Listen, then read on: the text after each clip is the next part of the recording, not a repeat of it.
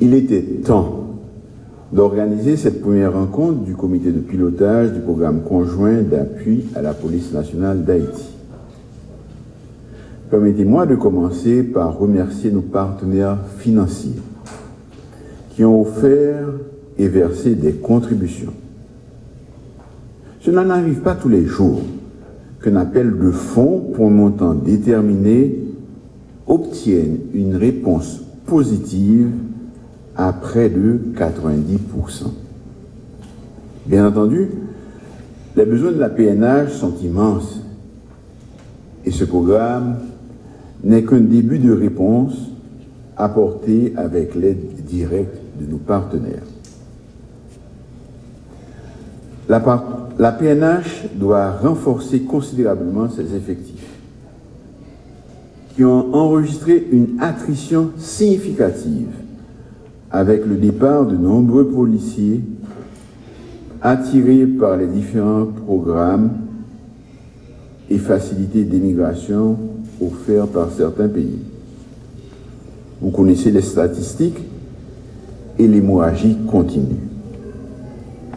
Il est essentiel de recruter massivement en vue d'atteindre le niveau internationalement reconnu du ratio idéal du nombre de policiers en fonction par rapport au nombre d'habitants.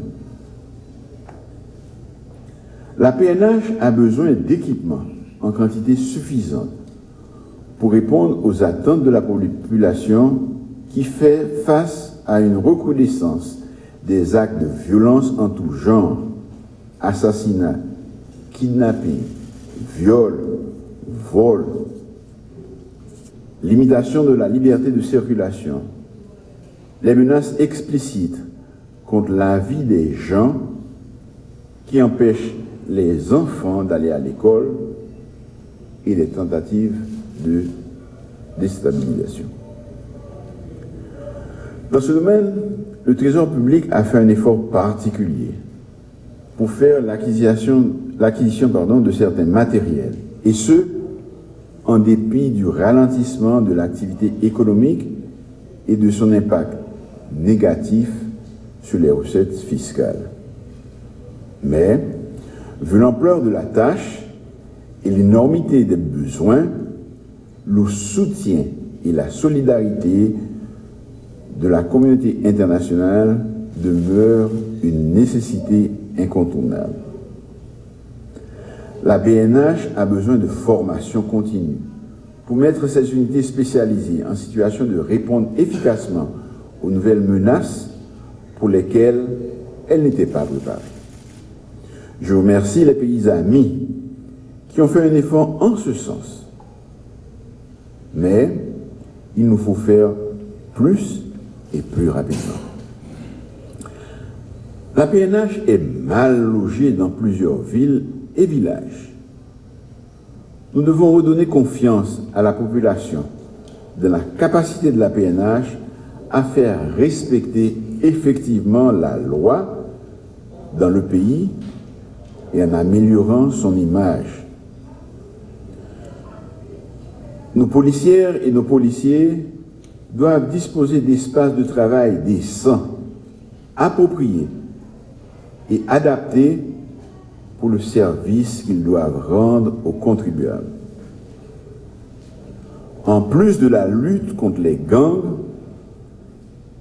nos forces de sécurité doivent faire face à d'autres organisations armées qui profèrent des menaces explicites et ont commencé à commettre des exactions dans certaines villes de province où les effectifs de la PNH sont en nombre insuffisant. Nous sommes obligés de demander plus à nos policières et à nos policiers, mais nous devons leur donner les moyens d'agir. Cela fera bientôt 18 mois qu'au nom du gouvernement et du peuple haïtien, j'ai sollicité un appui robuste aux Nations Unies, non pas pour venir faire le travail à notre place, mais pour nous accompagner dans la lutte contre les gangs armés. La réponse est arrivée près d'un an après, et le déploiement tant attendu par les Haïtiennes et les Haïtiens a pris du retard. J'ai appris avec satisfaction que le gouvernement kényan a réaffirmé sa volonté de respecter ses engagements internationaux. Nous attendons une réponse que nous souhaitons prompte et positive. Plusieurs pays ont pris des engagements de participer à la mission multinationale de soutien à la sécurité en Haïti, soit en fournissant du personnel, des équipements, des moyens logistiques ou des moyens financiers. Dans l'intervalle, il incombe à la PNH d'assurer seule, avec les moyens dont elle dispose, la sécurité de la population. Ce ne sera pas facile tous les jours, mais nous allons faire le travail. Nous comptons continuer sur le soutien de tous nos partenaires. Et je tiens à féliciter particulièrement nos policiers pour leur engagement et le travail qu'ils fournissent tous les jours à notre population. Et ceci, même parfois, aux dépens de leur vie. Je constate que le programme doit prendre fin dans quelques mois et qu'à ce jour, nous n'avons engagé que moins de 30% de l'enveloppe. Il faudra mettre les bouchées doubles et améliorer notre capacité d'absorption. Les besoins sont trop importants pour que nous n'arrivions pas à dépenser convenablement, dans le respect des normes, les ressources mises à notre disposition. Je doute que les projets prévus et à l'étude puissent être exécutés avant la fin du mois de juin 2024, comme c'est prévu. J'appuie donc la proposition contenue dans le rapport d'envisager une prolongation de 18 à 24 mois, le projet, en vue d'atteindre les objectifs du programme, surtout en matière d'infrastructure. Les contraintes liées à l'environnement sécuritaire justifient amplement cette prolongation. Je crois même qu'il faudrait considérer la possibilité, si besoin est, de modifier le programme et de réaffecter certains fonds.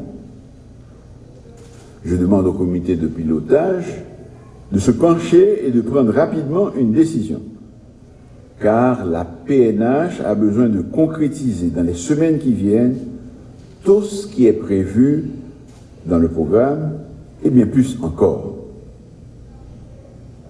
Je compte sur l'engagement indéfectible de nos partenaires pour mener ce programme à son terme.